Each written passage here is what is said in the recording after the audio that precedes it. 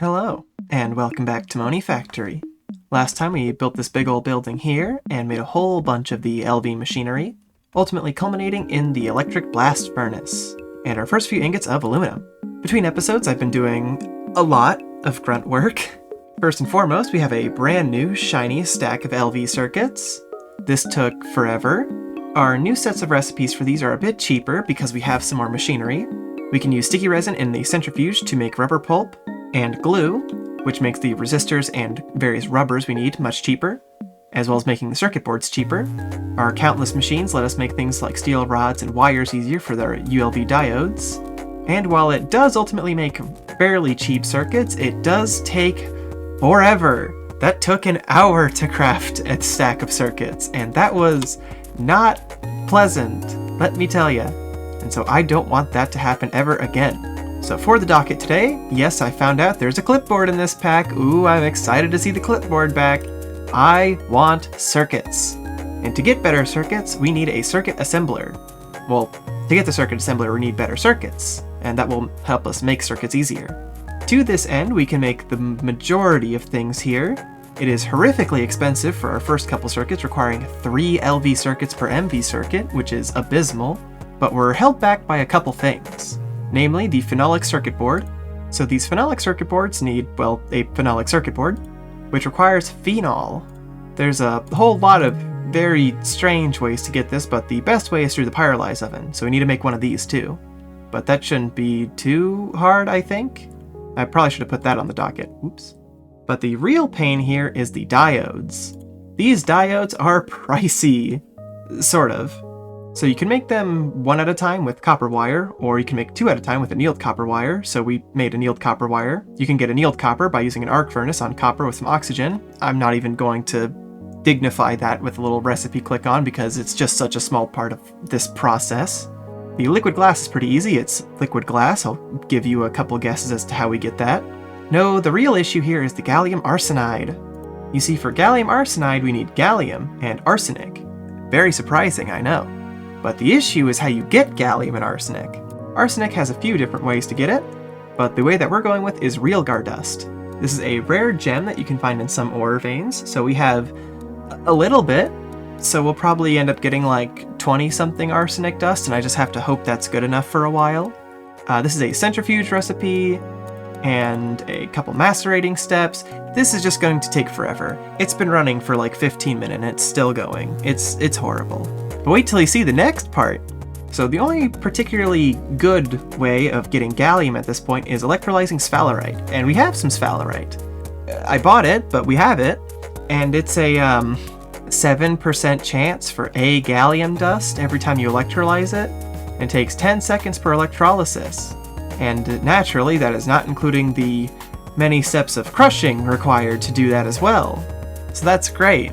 So I've been sitting here for like 20 minutes before I've even started the episode, just grinding stuff in that stupid macerator.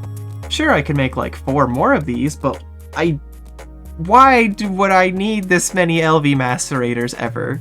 Thankfully, we can just smash this down with a hammer, and honestly, I'm going to do that. I am sick and tired of waiting for that macerator, and toss in the cauldron to wash it. And thankfully the centrifuge was finished with all that rubber wood I've been centrifuging. We have a lot of tanks of various goodies here. I'm sure I'll use something with this methane gas at some point, but we've also got a lot of liquid rubber and glue, which is great because this stuff takes forever too. I'm noticing a pattern. Also, there are many helpful tips in the comments. Who was going to tell me about drums? Who was going to tell me about these? These are way better than these stupid tanks I've been using. Who was going to tell me about these? These hold 64 buckets and 128 These things are way better than these garbage little tanks. No one was going to tell me about that? I swear, people just like watching me suffer or something. Anyway, here's a little bit of arsenic to get us started, I guess.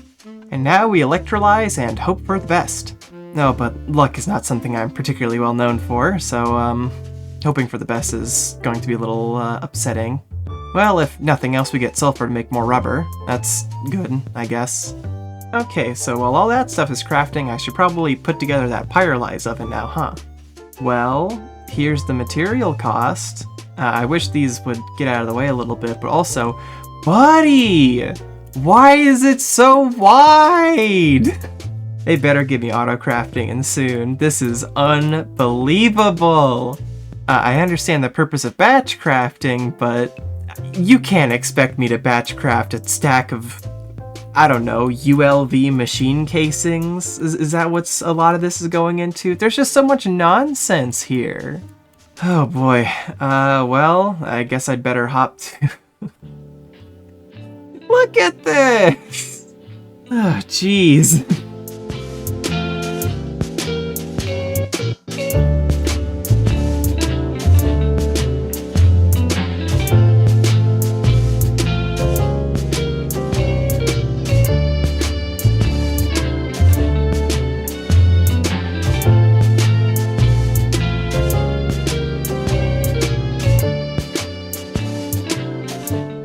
This pack better give me applied energistics a lot sooner than I think it will, or else I'm gonna have a problem. I mean, look at look at this. This is terrible. You could argue, theoretically, that this is because I built myself into a small, confined space. I mean, you could be right, but I'm not gonna admit that. Also, look at this, 43 seconds for half a bucket? Are you kidding me? Yeesh. Oh, and in case you were curious about our gallium yields, so when you would get 32 recipes of these, you should expect about 2.2 gallium. We got 1. I don't like chance outputs, especially not low chance ones. So we get 8 diodes. Great. Oh, it's worth it to tick things off my docket. Okay, so we need 16 annealed copper wire for the whopping 4 gallium arsenide we have, and 4 blocks of glass. Okay. Oh, I forgot. Okay, it's a little bit better. It's a little bit better. Because we get to mix it with arsenic, we get twice that. So we get 16 diodes. Joyous.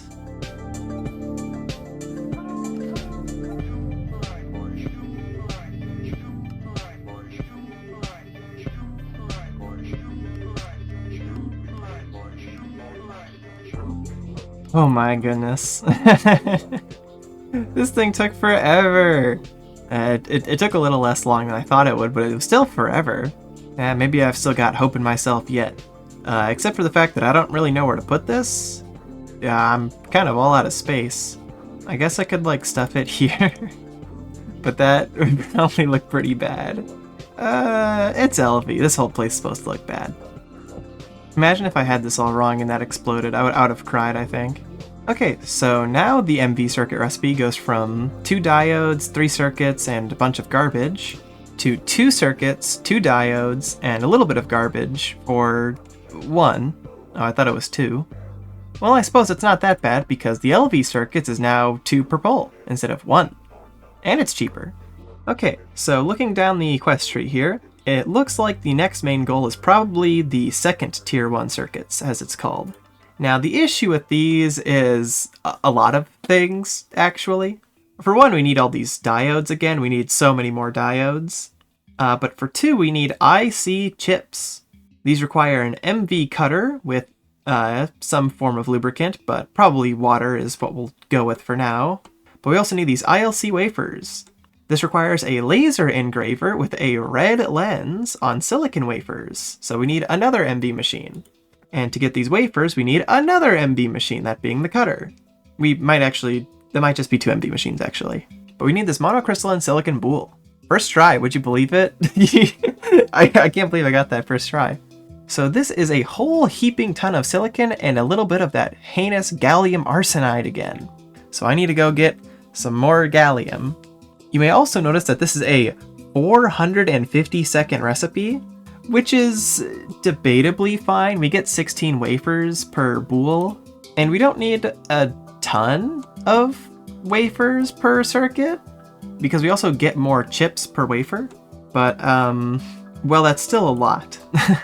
Notably, once we do complete that, we get access to HV circuits, which is surprising. I can't believe we're that close. I mean, we're not that close to HV circuits. We need to make an MV like machine line and all that, but you know, relatively speaking, that doesn't seem too far. This is very different than, you know, HV, but that's like almost the HV circuit assembler. Or MV circuit assembler, excuse me. Which I'm curious as to how this might assist. I think I'm getting a little bit ahead of myself, though. Because I'm looking at down here when I just got the one up here. Well, it's time to recollect my thoughts again. While I do that, I think I'm going to go hunt for more gallium, because evidently I'm never going to have enough of this stuff. And I should also probably start work on the MV building, because we're gonna have MV machines, and I should probably just build more MV machines and the like. Instead of rushing down progression, I think I should take a step back, build some stuff out, build some infrastructure. Because look at all these blue machines. They look great, but they're also made of aluminum, and we don't have very much of that. So we're probably going to want to set up some form of clay line, so I'll have to do some thinking about that, but now that we have cheaper circuits, I feel less bad about doing it. I'm also starting to think maybe I shouldn't have crafted a whole stack. Maybe half a stack would have been overkill. Actually, it would have been severely overkill. Look at how many circuits I have. Well, look, that's beside the point. I make mistakes, that's part of the learning process. And you get to laugh at them and then type in the comments about how much of a dope I am, and I get the sweet engagement farm from that. I should rage bait you people more often. I should blow up a machine just so people comment about it. Anyway, I think I should probably do some more mining and get a new block palette. And once again consider power, because I'm not sure if those Stirling boilers are going to suffice for MV. Or if nothing else, I should definitely consider a bigger battery. Oh man, there's so many things. I'm kind of in a daze right now. There's just too much stuff to think about. Well, we can make 4 amp converters now that we have MV circuits, so that's good. Yeah, I think maybe I should just get some more like Stirling dynamos. Because right now we don't really have centralized power. I don't think we can really do that. It's probably worth my time to set up a big building for MV, have some like processing lines, and it'll probably have to be a lot bigger because it'll have processing lines plural in there. And at that point, maybe it might be worth looking into AE2. What's a P2P run me in this economy? Stainless steel. Okay, so for centralized power, I probably need a HV blast furnace. That's fine. So I think we're gonna be decentralized until HV then. Oh, HV. You always make everything so uniform, I think. That's probably how it works in all the other Gregtech packs, right? That's when you make plastic, and I feel like plastic is the true sign of modernity. I'm really rambling. I'll be back. Okay, and we're back. It's been a little while. I've been doing a lot of stuff just in general. As you can probably see from the left side of my screen, I have a jetpack. It's quite crummy. It's tier 1. It's good, and it's bad. It's good because the hover mode is like really good. Like, look at this. This thing is awesome. It's bad because I've been in air for about 5 seconds and I'm already missing almost 10% or more of my battery. So it needs frequent charging, but it's great for building. Speaking of building, I haven't finished it yet. There's a lot of things that still need to be done to it, but for the most part the shell is in place. Here's a little wraparound. You don't get all of it today because it's not christened yet. Christened? Christened? I don't know how you pronounce it. It needs a roof and it needs some signage, and it does not have either of those things yet. But what it does have is a very rough floor plan. Over here, I would like to do clay electrolysis. Over there, I would like to set all of these MV machines and probably a couple extras that I should have space for. Over here, I am a little torn. I'm very much leaning towards a quad blast furnace setup. I'll explain that more once we get there. Or the production of ethanol for combustion engines. I know I definitely want to do this, but I'm not sure where, because I would like real power that doesn't need me to go mess with it every 5 seconds. But with that, we would probably want MV infrastructure before we do something like that, because the faster the better. So we need to set up some MV stuff, and for MV stuff we need aluminum, and we don't have any aluminum because there's no clay in the world ever. So we need to set up clay electrolysis. Thankfully, I'm not just handsome, I'm smart. I have brought things, a toolbox, ready to create electrolysis. So this little line right here should have just enough stuff for us. I have some conductive wire out the back here. To begin with, we need to actually put power into the wire, however. So for that, I'm going to do a little compact setup that I believe is very common in early Nomi, Omni, and I guess Monifactory runs. So to begin with, we're going to set up a simple sugarcane farm, because sugarcane is burnable, and it's also not going to be that simple, just mostly simple.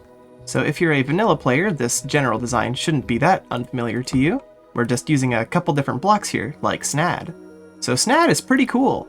For one, it, like sand, can grow sugarcane. Unlike sand, however, it is very special. We're going to use this redstone clock to make it tick very frequently. We need to put a redstone signal on this, however, and every time it ticks, it creates sugarcane. And yes, every time. So about 5 times per second we get sugarcane, which is great. We love that plant matter. We can then use some fairly basic vanilla redstone to make an automatic sugarcane farm out of this. With an observer there, we can see every time a sugarcane grows. We can put a redstone dust here to power a piston right here. And so every time it grows, it pops off. Nice and simple. The immediate issue, however, is that you'll notice it's loud and annoying. We can set up a cool sound muffler with all this stuff to not hear all of this because it's loud and obnoxious. Using the anchor function, we can have it set to right here and not have it, well, affect us anywhere else, which is nice. We just need to set the radius a little bit lower, I think. And it muffles all sounds right there. Excellent. And look at how much sugarcane we've already gotten. This is crazy. So next, now that we're making a very large mess everywhere, we can set up a vacuum chest right here to suck in all the sugarcane. We'll set a couple steam boilers right here and shift like that. Haha, I learned. We can use some pipes to connect the two, or connect the two systems, I guess. And now we're producing a whole lot of steam. Wow, this is not even struggling a little bit. I hope that's okay. Maybe we should have a avoid excess or something. Anyway, we'll set up some more lead piping here. Shuttering the pipes for performance, of course. I said shuttering. And we can just set the turbines right here. And they should want to... Oh, yes. Ow! Ah! Hot! Hot, hot, hot, hot! Like this. There we go. Now they're all filled up. Or at least they should be. We can hook up some laser nodes to each of these to grab power. We'll set up a battery buffer right here. And we'll set up a converter right here. This one, I believe, is red input, green output. I sure hope nothing explodes. Okay, we have power converted. Now I just need to not blow this up. So I think we place it like this if green is input. I hope.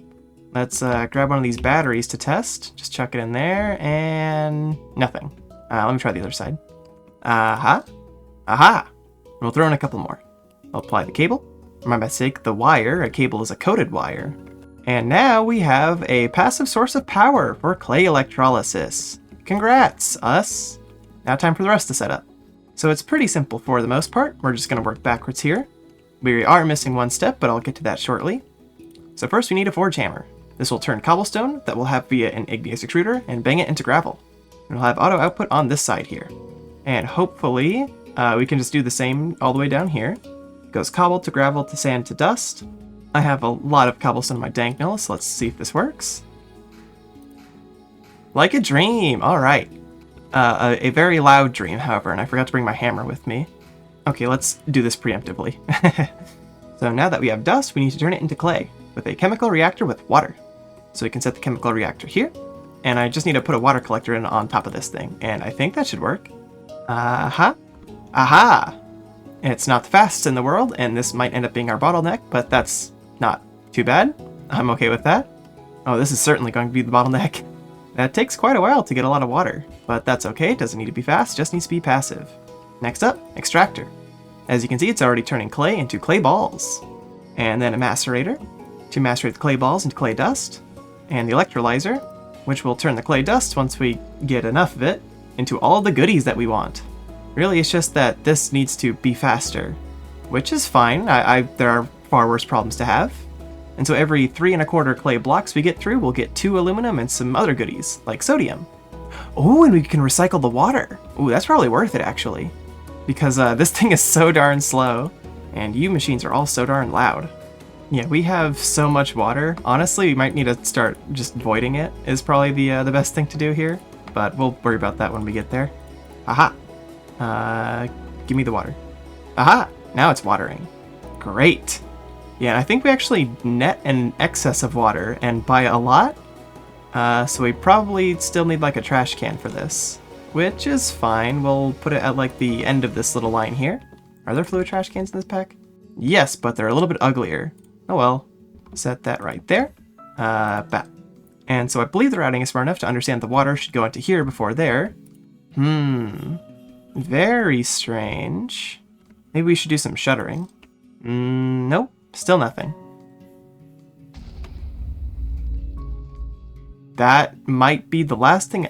Oh, the gas came out? What? Oh. Oh, I see. It accidentally put hydrogen in there. It should not do that. That's okay, I can make this pipe shorter. I'm lazy. Darn it. That would make sense as to why the water wasn't disappearing, though. Okay. I need to get it to stop doing that. Okay, now it should hopefully be okay. I think. It looks like the water's all drained out of this. That's good. We're just gonna chuck a drawer on this for right now because I don't feel like making an extra one of the ignis extruders. So I have one at the main base, just kind of making cobblestone, so we'll just basically swap out these whenever we need to, and that should be okay. And then I should probably get a drawer next to this thing so it can actually continue producing. I would get some item pipes as well to put it in a nicer spot, but well, we're a little cramped at the moment, aren't we? So we can do this, set our filters, extract there, and all is good. Great. How's the battery buffer holding up? Great. Wow, this thing is going wonderfully. Excellent. So this should be just about totally passive, which is amazing because aluminum is so much better than steel for like everything. Having functionally infinite aluminum is awesome. Oh, my mistake. It's not aluminum. It's aluminium. I forgot. They're spelled different. But this is great because we can make the bigger tiers of barrels really cheap. Like, they require steel, of course, still, but, you know, they're much better. The fluid pipes are really good. They are much better than lead. The aluminum drums are colossal. I've not actually used the aluminum crate before. I suppose that's worth thinking about. These aluminum cells, I'm sure, are much better than using the endgame tanks, and especially if they're nice and cheap. And it's just aluminum and silver, and we don't really have a whole lot of uses for silver at the moment. And the storage upgrades are also great. We haven't needed these because I've only really even been using the bronze tiers, but they're good to have. Having all this stuff is going to be awesome. But also, well, I mean, look at the pin list, right? You can see what's going on here. That's no shortage of MV machine hulls, and that is 8 aluminum each, at least. So that's going to be about 3 stacks of aluminum, which is why I wanted to get this set up early. So now that this is going, and you can all be proud of me and my genius intellect, I'm going to continue building and let this run for quite a while. And also probably set a void overflow on this thing because it's already... Oh wait, does it automatically void overflow? No, it just filled up like right then. Okay. Oh no, my inventory's full. Okay. That's fine. I'll do something about that. I'll be back shortly and hopefully much more aluminum rich.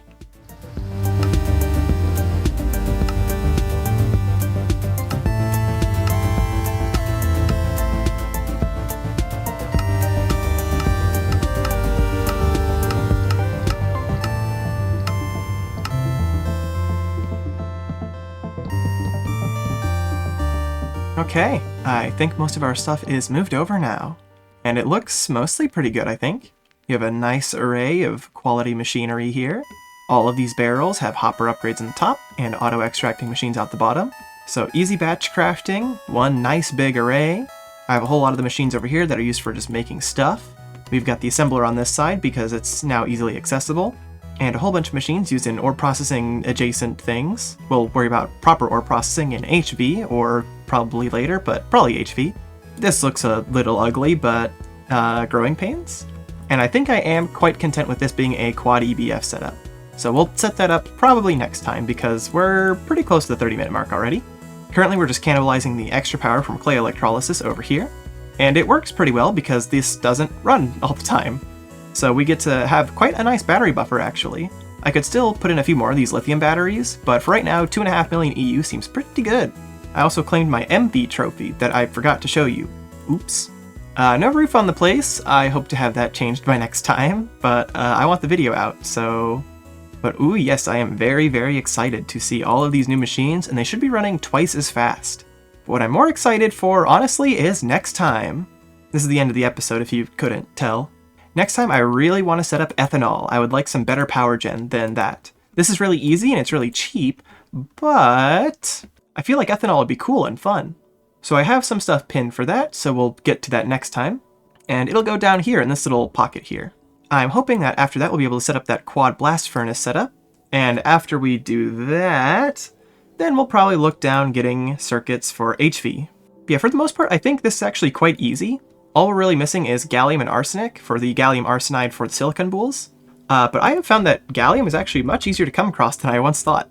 For you see, the glory that is the thermal centrifuge. Sphalerite is an ore that's not super uncommon to find. We can find it notably in the nether, which is probably something we should also do next episode if we have the time for it. But for the time being, we can buy this ore. And you can get gallium at a pretty solid rate through a thermal centrifuge on the sphalerite ore.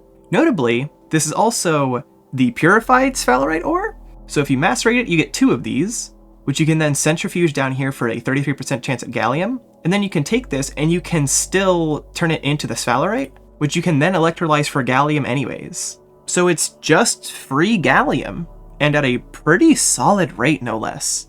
Having a 2/3 chance from every ore to get a piece of gallium is really nice. So suddenly arsenic is the issue, which is good because I hated gallium. But now it's not too bad. I also made this tool belt you can probably see. It holds my tools. If I hold R, I can pull out all this radial here, and it's actually really cool because I can put backpacks in there. The only problem is that it needed a lot of XP. This is after claiming a lot of the XP out of the furnaces. Anyway, I'm hoping that next time we'll be able to make some vanadium steel, make these better wafers, and maybe even make some better circuits. We probably won't be able to get all the way down to the HV circuits, but that's fine. Realistically speaking, the only thing I would want is the really cheap circuits here. And for the most part, it seems like we have all of this stuff. It's just the IC chips. Yes, I'll probably come back next time with a cutter in tow and a whole lot of stuff to be made. And I'll probably move the blast furnace over as well. And maybe get some stuff pre-crafted for the next 3, because that will be expensive, I think. Anyway, thank you kindly for watching. My upload schedule is probably a little bit more sporadic than normal, because Gregtech is hard, and I'm still learning. You have to bear with me, I am level 1 noob. I'm on my way to level... I'm on my way to level 100 PvP bot. I'm sorry, I've just been thinking about that video all day. I'll leave a link in the description if it's on YouTube. It's so funny. Anyway, thank you for watching. I hope to catch you next time when we do ethanol and probably circuits and maybe 4 blast furnaces. I'm punching at the camera again. Okay, bye-bye.